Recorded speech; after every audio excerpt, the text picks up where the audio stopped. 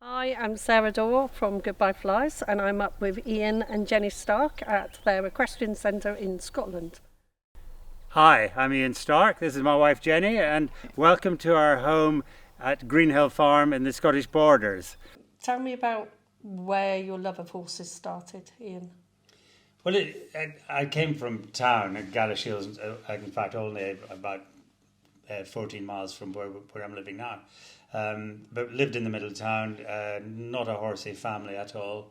And my sister went to the local riding trekking centre with a whole load of school friends, but she was very nervous and she got kicked at one point. So age 10, I trundled off with these 13-year-old girls to the riding school, thought I'd made it really, with all these older girls around. And basically, all I remember was a child not much older than myself leading this pony up and down the drive, shouting up, down, up, down, up, down for the rising trot. And that was my lesson. And then we went out for an hour hack around the countryside, and we took off in the first field at the gallop. Well, it felt like I was going at sort of sprinter speed. It was so fast. In fact, I was on a hairy little cob, so it wasn't that fast. But at first I thought, yikes, I'm going to die. And then I thought, oh no, I rather like this. And so I did the hour. And then the following weekend, I was with a whole load of chums, and we were running around in the woods playing cowboys and Indians. And one of the rides went past, and I ran about 2 miles home. Talked my mother into giving me 10 bob, 50p now. It seemed quite a lot. Wow. It seemed a lot of money then. And I ran another mile and a half to the stables, and I waited 3.5 hours to get a ride. Crikey. And so I was hooked. I spent all my waking hours that I wasn't at school or under control of somebody like my mother at the local stables. And so it took off from there. And Will Boyle, who had the stables in Galashiels, I basically started to help at weekends and in the evenings. And I was probably at the age of about 12, 13, 14, those years. I was there riding a lot. And he used to bring a whole load of something like 30 or 40 horses and ponies from Ireland. He had a dealer who sent them over every year to Stockists riding school, and then at the end of the summer he sold them all off again. So they used to truckloads arrive, and my job from the age of 12 to 14, 15 was to get on these animals when they got off the truck. And they were supposed to be all broken and all the rest of it, but we never really knew, and I got backed off and reared and napped and fired into orbit, and if I fell off once, it was right, okay, get back on. And if I fell off twice, I was given a major bollocking, and I had to sit tight, and I had to learn not to fall off. But it completely had me hook, line, and sinker. I rode whenever I could. I was very, very good at getting my mother to write me sick notes to have a day off school to go hunting or go to a local jumping or gymkhana or whatever. And it was later a friend and I talking late teens, early 20s, we started buying the odd horse, and I would do the work on it, and then we'd sell it. And then early 20s, Jenny and I got together. She's from a very horsey background. Her mother and father both rode. Her mother was a 3-day event rider, and Jenny evented up to intermediate. And we got together, and then we got married at 25, had 2 children almost immediately, and then after that, I was complaining. I worked for 10 years in the Department of Health and Social Security in Galashiels. What I did was I left school and I thought I don't want to go to university, so I'll become unemployed and they'll give me some money so I can keep riding my horses. I was unemployed for 3 days. They never gave me any money, and I was summoned by the manager, and I thought, yikes, I'm in trouble. And anyway, I went in my welly boots and jeans and stinking of horses, and he said, well, can you write? And I said, yes. So he gave me a pen and paper, and he said, write something down. So he wanted to check my handwriting, and he said, oh yeah, it's better than mine. Right, you start here Monday morning, 9 o'clock, and by the way, it's a collar and tie, not jeans and gumboots. So that I was there for 10 years. Wow. I continued riding, and then I'd been off for 3 weeks, Christmas and New Year one year. Jenny and the kids and I were at home, and it was great fun, and I loved it. And I was riding horses all day, every day. And Jenny said, well, when I was complaining, she said, well, quit. And I thought she was joking, but she wasn't. So I handed my notice in. They thanked me for making it formal at last, because I was never there. And then within 2 years, I was given Oxford Blue and Sir Watty as young horses. I think Watty was 5 and Oxford Blue was 6, but he arrived a year before. Watty arrived a year early, rather. And then by the time they were 6, they were winning novices, and 7, they were winning intermediates. And then I won Brahman and was third at Brahman, won the 2 of them as 7-year-olds. Wow. And then I went to Axelsfang in Germany with Sir Watty. He was 2nd, and Oxford Blue went to Buccleuch and was 7th. And then I was suddenly, I was this unknown from Scotland, and I was on the long list for the Los Angeles Olympics in '84. Was that a dream to be in the Olympics? It never even crossed my mind. Really? I just wanted to ride an event, and Jen and I sort of laughed about it and said, well, that's really rather nice of them. We thought it was a joke. Went to Badminton the next spring, and I was 3rd and 6th on the 2 horses, and suddenly I was on the shortlist for the Olympics. And so went to Badminton, and then we did the final trial, and then it began to get a little bit more serious. And the final trial, we were taken one at a time in to see the selectors, and they said to me, well, we want you to definitely be on the team, and we want you to be on the team with Oxford Blue, but we want you to take Sir Watty with you, and if Oxford Blue isn't quite right, then you ride Sir Watty. And I thought, wow. And it suddenly was a reality. That was one of my dreams, to do what you've done. Yeah. Didn't get that. I hadn't even, even when I was on the short list, I never really thought it was going to happen. I just thought, well, it was jolly nice of them to take notice. And I'd never been to Badminton until that spring. I'd never been on a team, and suddenly I was going to the Olympics. So it was incredible. Thanks to the owners of the horses, and honestly, Jenny was she's always been the strength and the power behind the team. Yeah. She's done everything. She's invented herself. She stopped competing to help me get my horses fit. She did all the slow work on the horses, and I'd be still in bed and she'd be away out riding and leading, and she would, as she was leaving the bedroom, she'd say, right, I'm going such and such a road. And so I would get out of bed, eventually have breakfast, and then get into the truck and go and pick her up. And she'd be 12 miles away, hacking them. So she did all the work, and then I was very lucky to get the Edinburgh Wool Mill sponsor me. They covered everything for 9 years, it basically took off, and in a way that we didn't believe it could. And I've watched many of your videos and seen Jenny in the background grooming the horses, and I love the fact that you're sort of a united team together. Yeah. And tell me about the snow and the horse. Oh, yeah. Well, Jenny, as I say, did all the slow work. And Sir Watty, who was my reserve horse in LA, he was off. He banged the back of his leg, bruised a tendon sheath, and he was off for over a year because it just kept being warm. It was never unsound, but we couldn't get it to settle down. And then when he came back into work, up here in the borders, we sometimes get rather a lot of snow, and they're not very quick at clearing the snow off the side roads.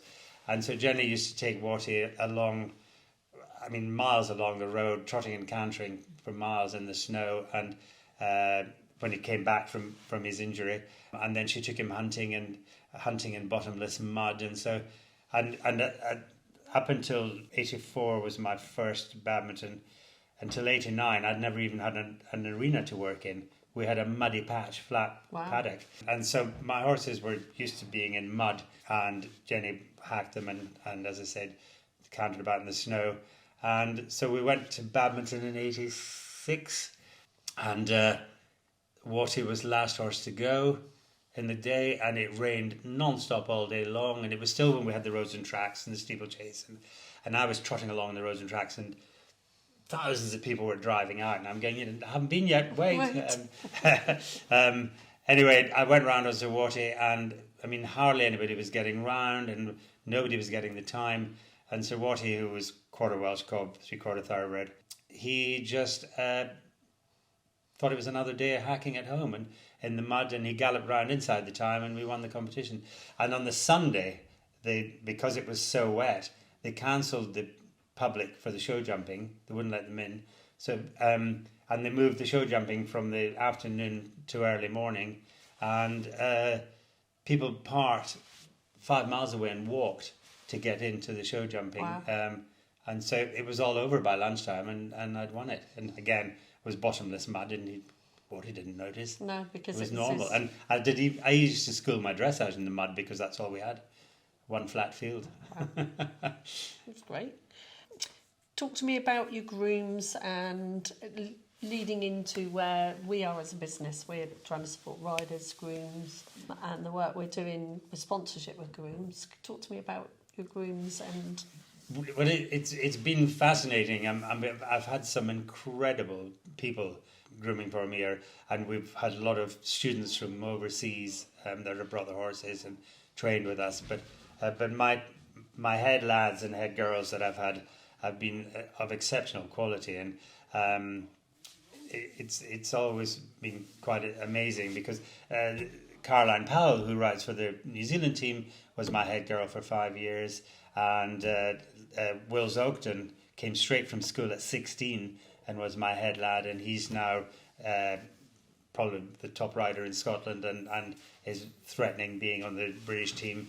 And then we had Rob Luke from Pembrokeshire in Wales. Claire Howick, Lady Howick, said to me, I met her one day, and she said, I've just had a young lad, a 20 or 21-year-old boy. He'd just passed his Pony Club A test, and she said, he was exceptional. Are you looking for a groom? So I rang him up, and Jenny and I were doing a demonstration in Cheshire with our horses, and Rob and his mother and his girlfriend drove up to Cheshire, and we did the interview in the horse box, and he came to be my head lad for about 5 or 6 years. Yeah, I let him event my young horses, and then when he came, I laughed that he passed his Pony Club A test because he was useless at platting a horse, and his mother always did that for him when he was competing. But by the time he was with us, he was a bit like me. He had OCD with detail, and because he knew I was like that, he became even more like that. And then by the time we went to Kentucky 4-star, which is now 5-star, obviously, he was my groom there, and he took Arakai and Rangitoto that belonged to the besties. And at the end of the competition, when they do the prize giving, they announce the top groom, and it's not just turnout of the horse for the day. They study the entire week how the groom looks after the horses, and how tidy they are, and neat and organised and disciplined and caring and loyal to the horses. And Rob was announced as the winner, and I mean, we were all thrilled and gobsmacked, really, because it was just very special, and he got a great trophy, and it was the highlight for him. It was brilliant. So we've had a lot of great people through the yard, and some have gone on to event, and some have just stayed as grooms, and others got out of the business, and maybe I was too much for them. So, talking about the grooms, obviously being a groom myself, when I started out, I wanted to be someone like you. You were one of my heroes, and I wanted to ride for the British team, but that didn't happen for me. So instead, I decided to invent my products, partly because one of my horses I had we were selected for trials, but he had an allergic reaction to horsefly bites. Hence, me starting to invent the products. And going into manufacturing, I was a groom for about 5 years, but I decided that I was either going to, my dad said, you either go learn how to make these products properly, or you stay in the horse world and don't. Which is why I came out, but never stopped having horses. And now we've developed the products. I want to support not only riders, I want to support the grooms. Hence, what we're doing with the groom sponsorship badminton. Tell me what you like about our products. Well, I mean, the fact that you want to help the grooms is hugely important to me, because they're the ones that are looking after. They're doing all the hard work, and they're the ones looking after the horses. When the riders are competing, you know, it's pretty full on and pretty intense, and trying to keep a string of horses fit and well and schooled, and so the grooms are a huge part of the whole team in the system. Absolutely. And so that appeals to me. And also what I liked about the products, and it's actually what you were saying, because you had a horse that was allergic to the bites, they're so horse friendly. You know, the horses look fantastic, and their skins are healthy and well, and you know, there's no irritation, there's no rashes, rubs or anything like that, and so because it's so good to the horses, it's, for me, it's perfect. So in my hero watching of you, one of your horses, JB, when I saw you ride him in 1999, yes, and I followed the story and the videos, and you jumping him. Tell me about him as a horse. He was an interesting little horse, tiny, thoroughbred horse, a New Zealand thoroughbred horse, and he won races on the flat. Oh, wow. So he had done quite a lot of racing, and was fairly successful. And Jenny and I were at Adelaide 3-day event in Australia, and I was looking for a horse because it was getting towards the end of my career. The Duchess of Devonshire, who was one of my main owners, was prepared to help buy me some horses that weren't just babies at the start. I always loved producing my own young horses, because I felt you got a partnership, and you knew each other all the way along. Anyway, we were in Australia, and a New Zealand rider that was in Australia said he had a horse for sale. So Jen and I, after the event, flew over to New Zealand to look at a horse, and I rang the Duchess of Devonshire and I said, well, I found the horse that we're looking for, and I said, it's a pity you can't fly over and come and have a look at it. And she said, no, I trust you. So we went ahead and bought JB in New Zealand, and he was vetted. And he was vetted on the Monday. On the Tuesday, I went cross-country schooling on him. And on the Wednesday, I went to Puanui 3-day event with him. And he was 7 years old. And he was in the 3-star, 4-star. I mean, it was pretty serious. I think he was in the 4-star. No, 3-star in those days, which would now be 4-star. I rang up the federation and said, look, I've just bought this horse, and I know he's in that. Can I drop him down a level? And they said, no, he's advanced points. You'll have to do that level. And yikes. So anyway, I went into the 3-star, and he was brilliant. I nearly fell off in the show jumping. That was just a misunderstanding. The partnership hadn't got established. And he finished, I think he was 9th or 10th in a 3-day event. The Duchess was brilliant, because she bought him and paid for him, and hadn't seen him, and I ran him in an event. I risked injuring him.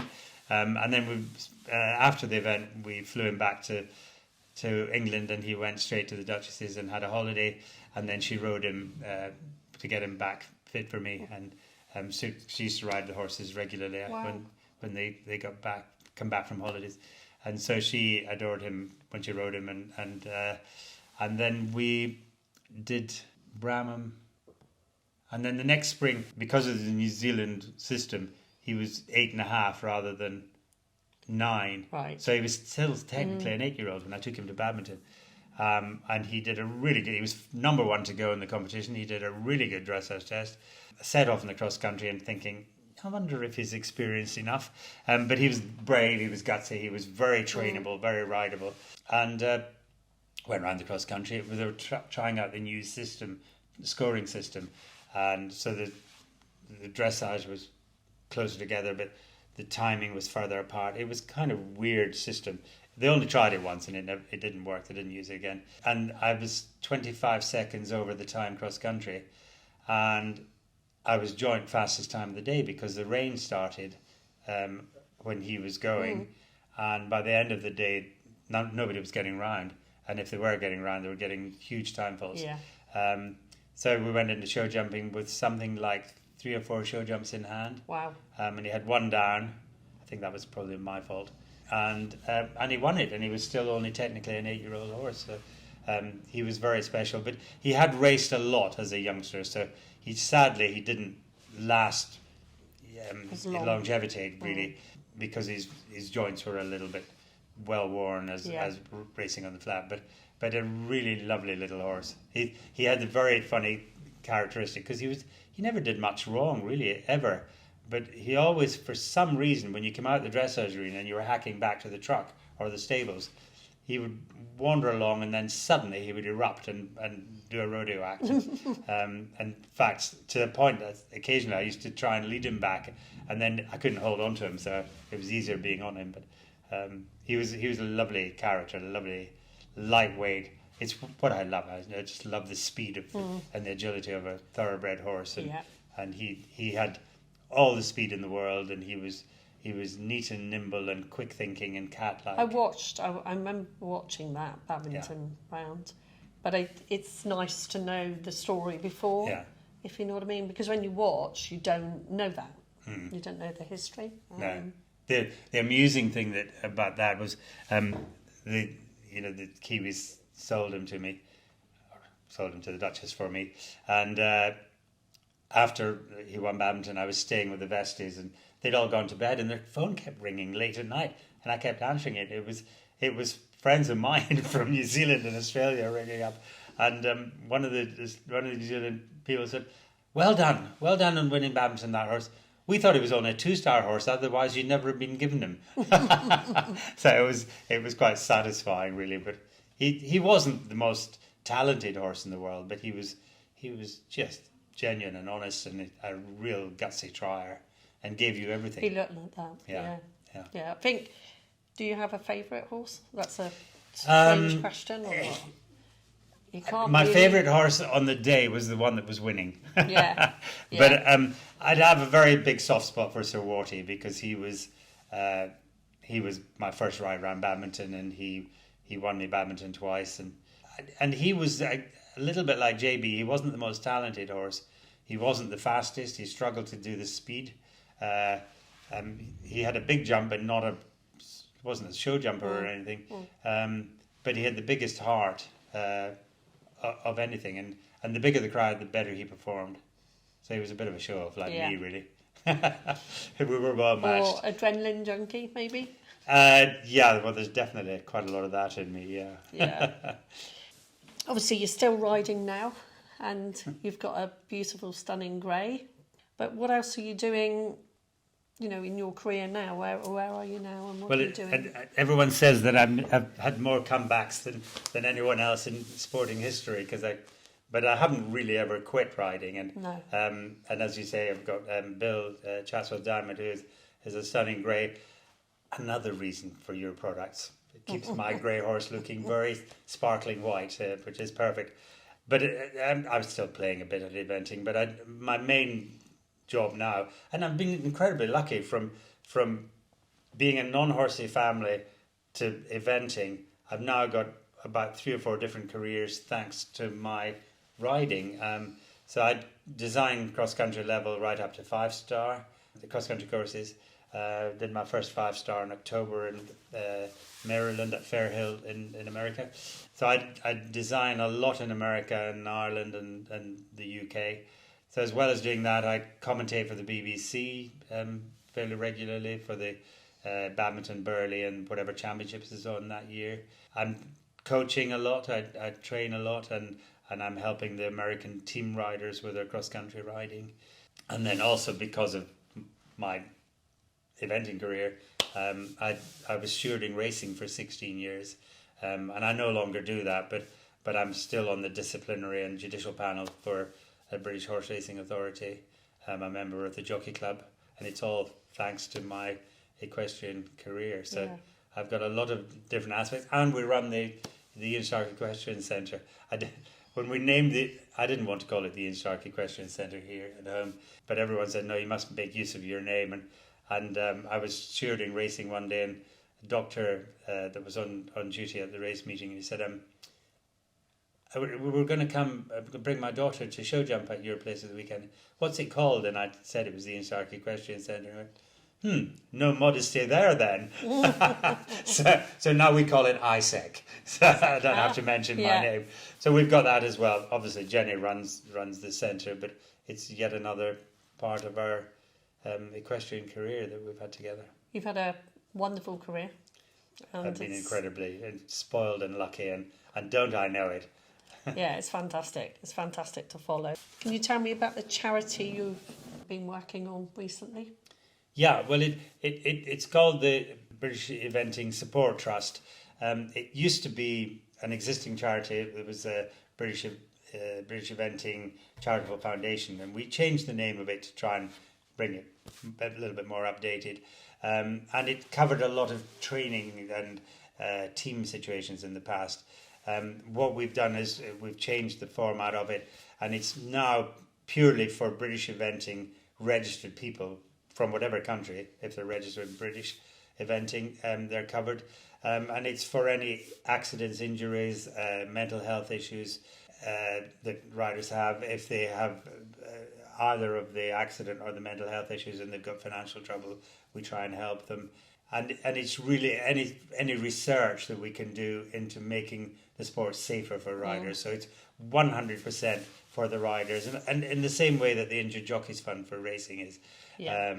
And we're working alongside some other charities, the Mark Davies Injured Riders Fund and the Riders' Minds. We're working alongside them as well. And it's really just to look after our own riders, and I think I've always felt it was long overdue, and I've been very lucky to be able to get involved and chair the trustees on this charity. And it's we got it up and running as of the 1st of January. We've already paid out one or two people that have been needing help, and it's taken off big time. So I'm excited about it, and I think it's very positive for the sport. Yeah, it's a super idea, and I'd like to get Goodbye Flies involved, but brilliant. To support it as well, because we've done a lot for sort of anti-bullying children, young riders, but not really as a charity. Just we have like a support group for young riders, but that sort of thing is what we would like to help with as well. Yeah. So that'd be fantastic.